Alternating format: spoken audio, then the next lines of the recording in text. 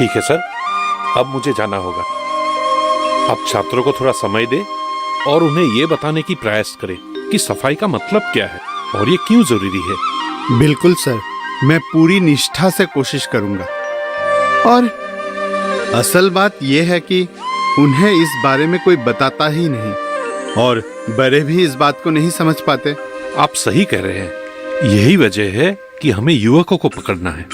एक बार अगर उन्हें स्वच्छता की आदत पड़ गई, जिंदगी भर नहीं छोड़ पाएंगे। मेरे कहने का असर युवकों पर नहीं पड़ेगा।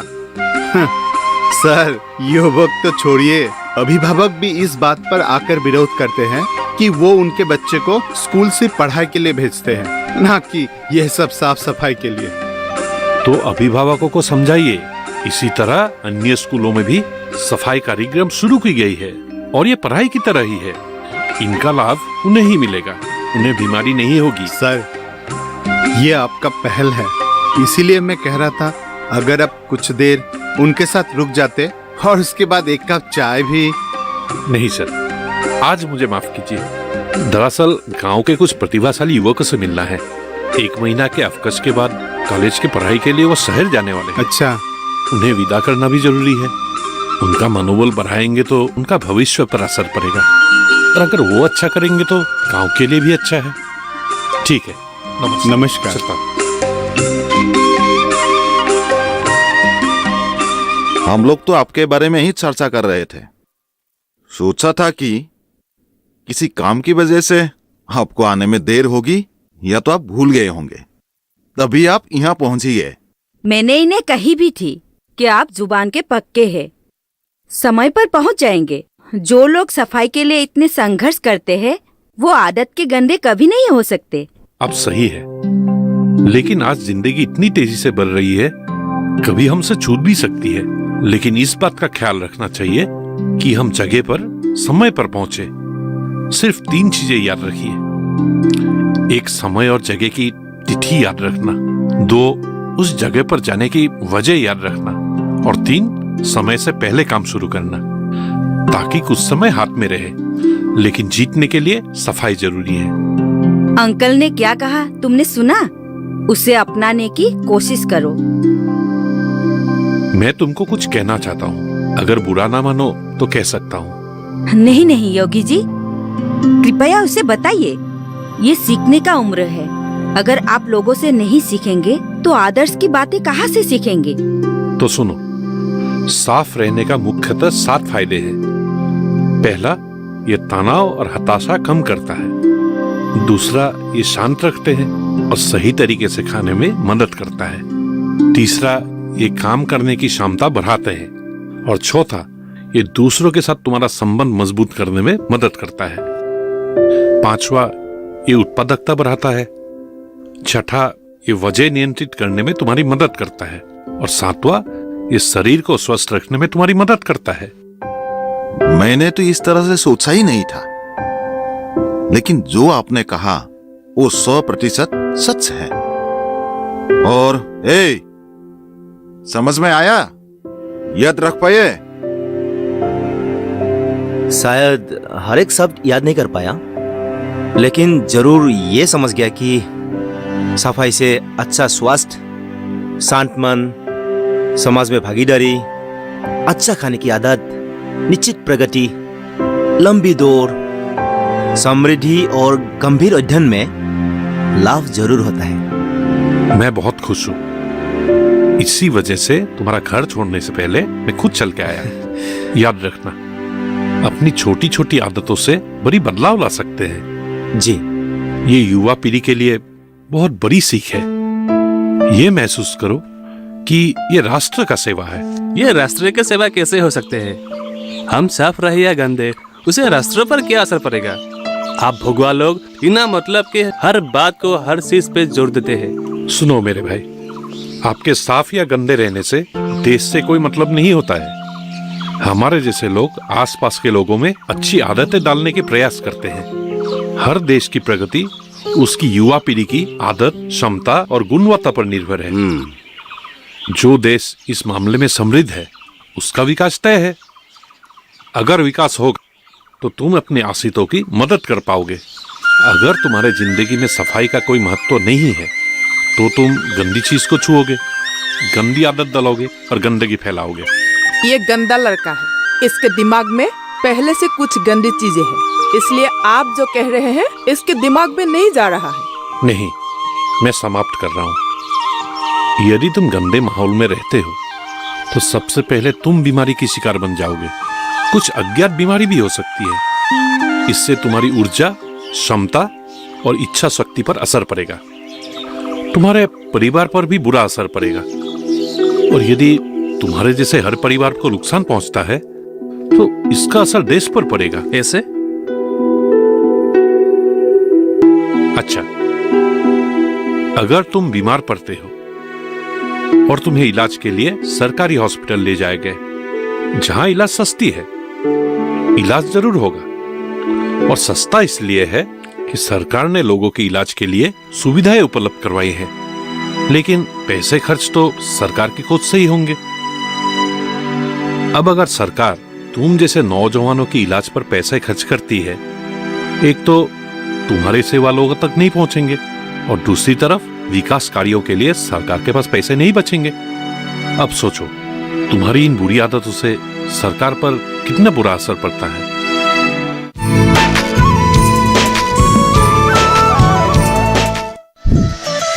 खुशहाल होंगे खेत, पशु रहेंगे स्वस्थ, सरकारी स्कीम का होगा लाभ, जब एक्सपर्ट्स का मिलेगा साथ, आपके सवाल विशेषज्ञों के जवाब, सिर्फ एक फोन कॉल की दूरी पर।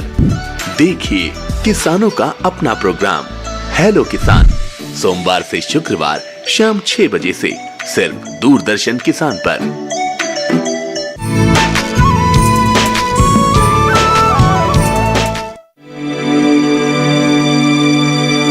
ओ ग्राम योगी जी, अरे ओ ग्राम योगी जी, अब तो बहुत ही मजेदार आदमी है।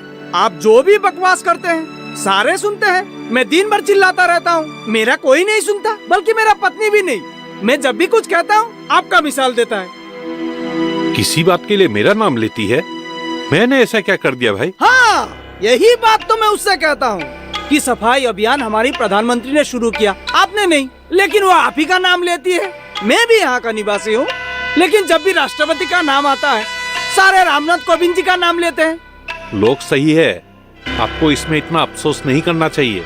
राष्ट्रपति के रूप में लोग आपका नाम क्यों लेंगे? क्यों नहीं, आप मुझे बोलिए। जब भी सफाई की बात आती है तो सारे आपका नाम लेते हैं। हमारे यहाँ सबसे बड़ी समिति है पूजा समिति, मैं उसका अध्यक्ष हूँ, लेकिन जब भी राष्ट्रपति जी का बात आते हैं सारे कोविंद जी का ही नाम लेते हैं। ये ठीक नहीं है। अच्छा, ये बात है।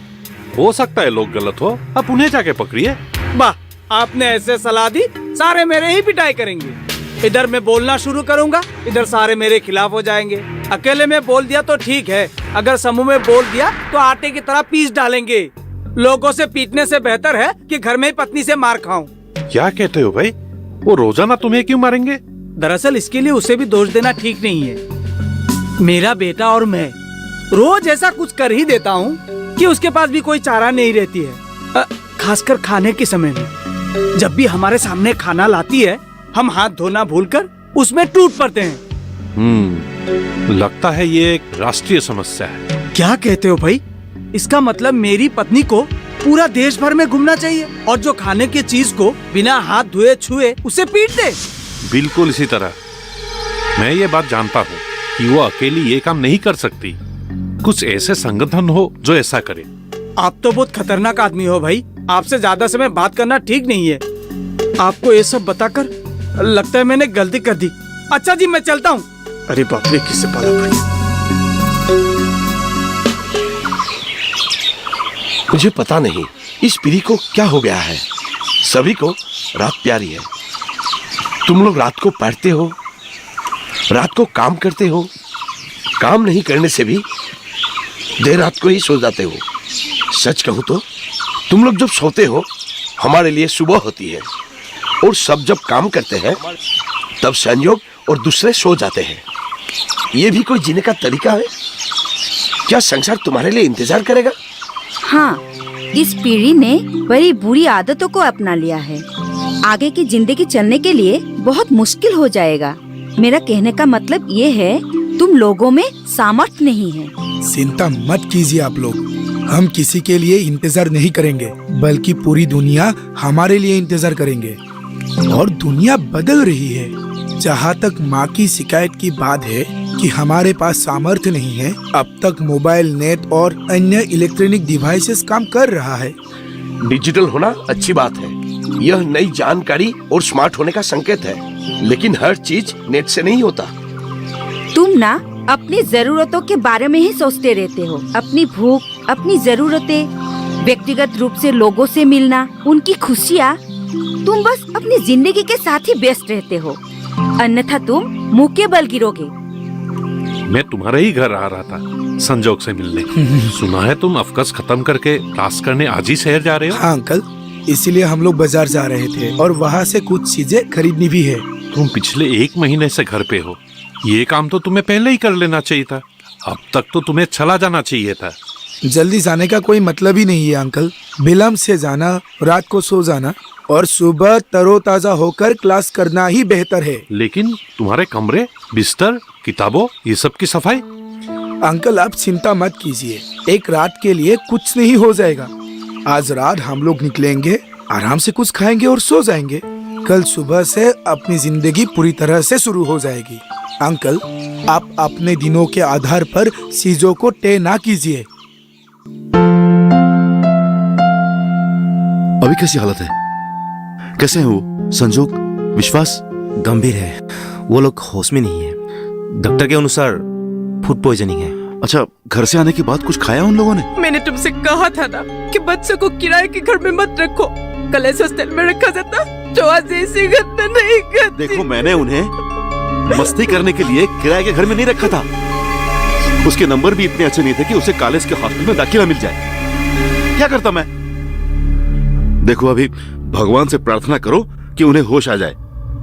मकान मालिक ने उसे रात को कुछ सड़ी हुई चीजें खाने के लिए दी होगी। मैडम, इस भरे के हॉस्टल से ही मेरा रोजी रोटी चलता है। मैं अपने हॉस्टल का क्यों बदनाम करूंगा?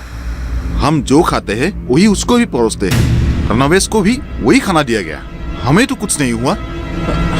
असली बात है वो दोनों गंदे हैं। जी आंटी, ये सही है, हमें अच्छा खाना दिया जाता है, उसके लिए इन्हें बदनाम नहीं किया जा सकता है। दरअसल संजोग और विश्वास गंदगी के बारे में कुछ सोचता ही नहीं है। कई बार ऐसा हुआ है कि मालिक खुद जाके उन लोगों के प्लेट साफ कर देते हैं, जबकि हमें खुद साफ करना चाहिए। ये सब कैसे हुआ? दरअसल कल रात को देर तक बिजली नहीं थी। आज गांव में सफाई अभियान वाले हमारे घर पर आए थे और सफाई के बारे में बोलने लगे। अरे अभी बिजली नहीं है, रोशनी नहीं है, सफाई का काम कैसे करे? वो मेरे पास भी आए थे यार। वो हमको सड़क में मिला और कहने लगे कि काम समय से पहले कर लेना चाहिए। उन्होंने बल्कि ये भी कहा था, अगर काम समय से पहले कर लेते हो तब चीजों की व्यवस्थित करने में तुम्हें अच्छा ही होगा। मैंने उससे कुछ नहीं बोला यार, क्योंकि उस टाइम मेरे अभिभावक मेरे पास ही थे। लेकिन लोग कैसे दूसरों के लाइफ में बिना अनुमति के प्रवेश करते हैं यार। तुम लोगों की राय अलग हो सकता है, लेकिन मैं उनके बातों से सहमत हूँ और उनके बात मैं पसंद भी करता हूँ। अगर देखो, हम लोग उनके बात सुने ना, हमारा बहुत लाभ होगा। ठीक है, कुछ देर के लिए हमें मान ले और उनके राह पर चलने लगे, लेकिन क्या फायदा? फायदा होगा, सिर्फ उनके ही नहीं, पूरे देश का होगा। और उनके सलाह और बातें जो हैं, दिलचस्प ही नहीं, जबरन है। ये सब बात करके शाम का वक्त बर्बाद मत करो। मुझे भूख लगी है, खाना कब मिलेगी? अरे हाँ यार, आंटी ने खबर भेजी थी, खाना हो गया। हम लोग जब चाहे खा सकते हैं, लेकिन करंट नहीं है। मैंने बोला बाद में खाऊंगा, ठीक है?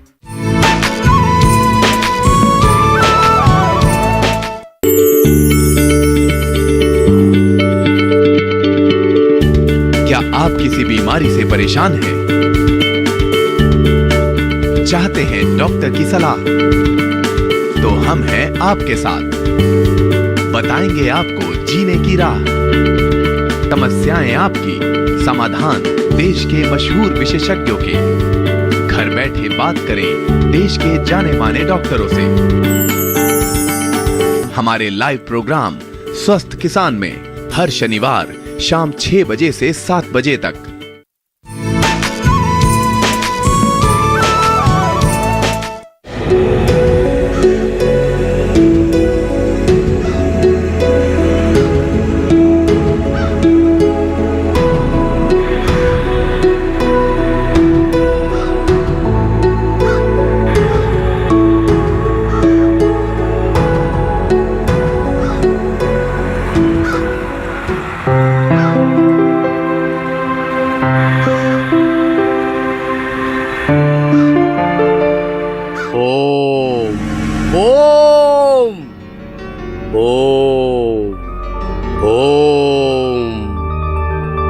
आजकल लोग विश्वास नहीं करते, लेकिन ये सही है।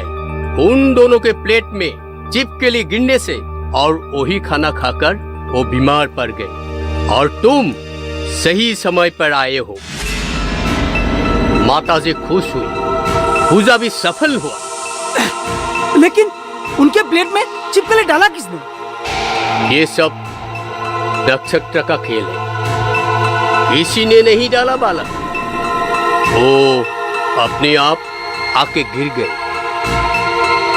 लेकिन वो अगर ये प्लेट साफ कर कर खाना खाते तो ये मुसीबत नहीं आती। प्रभु, आप भी मेरी पत्नी की बोल बोलने लगे हैं। जब भी कोई साफ सफाई की बात करते हैं, मुझे उसकी झाड़ू की याद आती है, जिससे वो घर साफ करने के साथ साथ मेरी भी पिटाई करती है। तुम्हारी पत्नी तुमसे इतना नाराज क्यों रहती है? छोड़िए ना प्रभु उन सब बातों को। दरअसल उसका कारण मैं ही हूँ। दरअसल मैं साफ सुथरा नहीं रहता हूँ ना। उन सब बातों को छोड़िए, वो दोनों लड़के बच जाएंगे ना? हाँ, वो बच जाएंगे, लेकिन एक को ठीक होने में समय लगेगा। उसका पढ़ाई का 1 साल बर्बाद हो जाएगा। तो भी ठीक है, जान की तुलना में 1 साल की पढ़ाई की नुकसान कुछ भी नहीं है। ये 2 फल लो, दोनों के तकिए के नीचे रख देना। और हाँ, तुम जाने से पहले ही एक को होश आ जाएगा। उसके तकिए के नीचे ये छोटा फल, दूसरे के नीचे ये बड़ा फल। समझ गया ना? जी, और कुछ बोलना होगा? सुनो,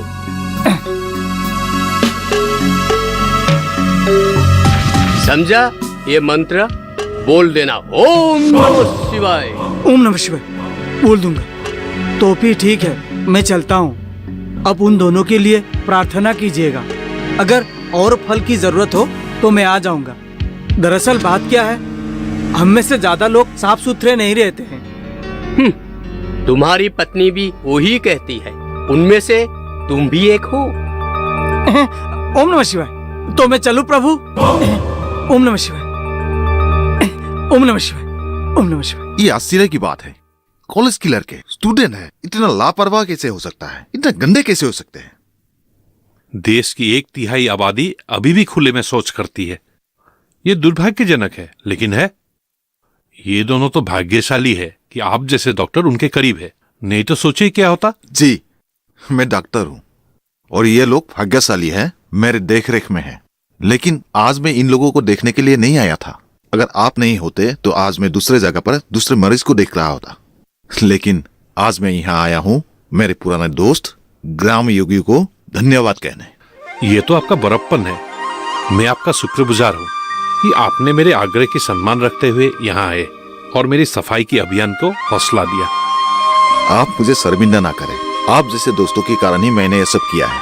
आपने जो सफाई का अभियान चलाया है, इसी से अगर देश का सेवा किया, और इस तरह की सेवा से ही देश शक्तिशाली बन सकता है और युवा पीढ़ी सशक्त बन सकता है। डॉक्टर बाबू, डॉक्टर, वो दोनों लड़के कैसे हैं? एक को होश आ गया ना? आपको कैसे पता चला? ओम नमः शिवाय, मुझे ओझा जी ने बताया था। और ये दोनों फल मैं उनके तकिए के नीचे रखूंगा। ये क्या कर रहे हो? अरे आप चुप रहिए, इससे वो ठीक हो जाएंगे। ओम नमः शिवाय, ओम नमः शिवाय। अरे इन्हें करने दीजिए। जब तक ये सब अंधविश्वास हमारी डॉक्टरी वैज्ञानिक पहल पर दखल नहीं देते हैं, तब तक करने दीजिए। ये आस्था की नाव पर चलता रहेगा, लेकिन धीरे धीरे, जबरदस्ती से नहीं, धीरे धीरे खत्म हो जाएगा। तुम्हें होश आ गया? चलो चलो, भगवान का लाख लाख शुक्र है, भगवान ने तुम्हें बचा लिया। अरे तुम्हारे कॉलेज पढ़ने का क्या फायदा? तुम तो मुझसे भी गधे हो। छिपकली वाला प्लेट में कोई खाना खाता है क्या? बोलिए। तुम्हें कैसे पता चला कि प्लेट में छिपकली थी? अरे मुझे ओझा जी ने बताया और मुझे 2 फल भी दिया। कैसा फल है ये? अरे चुप रहिए। कौन सा छोटा वाला है? हाँ यही है, हटिए।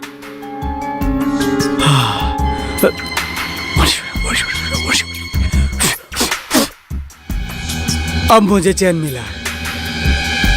ये विश्वास तो ठीक हो जाएगा ही। अरे ये क्या कर लेकिन संजोग के लिए बुरा लग रहा है। उसका 1 साल का पढ़ाई का नुकसान हो जाएगा ना। उसे ठीक होने में काफी समय लगेगा। तुम ऐसा कैसे कर सकते हो? वो क्या कोई स्पेशलिस्ट है? नहीं, वो मुझसे बात नहीं करते। वो ग्राम योगी का दोस्त है ना, और ग्राम योगी मेरा विरोधी है। उसका स्वच्छ भारत अभियान के कारण मेरे गंदगी की वजह से रोज पत्नी से डांट खाता हूँ। लेकिन आज मुझे इसके महत्व का पता चल गया। भगवान ने मुझ पर दया की। गंदगी का नतीजा क्या हो सकता है, आज मुझे पता चल गया। हाँ जाओ। हरिओम हरिओम। कृपया धैर्य रखिए, ये ठीक हो जाएगा, लेकिन थोड़ा समय लगेगा। किसने कहा? स्पेशलिस्ट या ग्राम योगी? नहीं नहीं, मुझे ओझा जी ने बताया। और ये भी बोला है भविष्य में स्वच्छता का ख्याल रखना है। गंदगी रहे तो फिर से खतरा हो सकता है। ओझा जी की बात भूल मत जाना, ठीक हो जाएगा। ओम नमः शिवाय। यदि तुम वहां न होते तो हम लोग विश्वास को खो देते। बहुत बहुत धन्यवाद। तुमने तो अपना क्लास भी छोड़ा है। मुझे माफ कर दो, ये सब हमारी गलती से ही हुआ है। हमें तुम्हारी अभिभावक की तरह होना चाहिए। आंटी छोड़िए ना, जो होना था हो गया। मेरे इतने कहने के बावजूद इन लोगों ने नहीं सुना, इसलिए ये हादसा हो गया। अभी मुसीबतें टल गई। देखो, जो व्यक्ति साफ सुथरा नहीं रहेगा, स्वच्छता को अपनी आदत नहीं बनाएगा, तो ऐसा किसी के साथ भी हो सकता है। बस हमारी गलती की सजा हमारा परिवार भुगत रहा है। अगर आज हम सभी अभिभावक इस बात पर ध्यान नहीं देंगे तो कल पूरा देश भुगतेगा। और यही कारण है कि प्रधानमंत्री ने गांधी जी का सपना पूरा करने के लिए स्वच्छता का आह्वान किया है। अब चलो हम भी स्वच्छता का आह्वान करते हैं। ग्राम योगी जी, चलिए अंदर चल के 1 कप चाय पी के जाइए। चलिए। लाओ, इसे मुझे दो।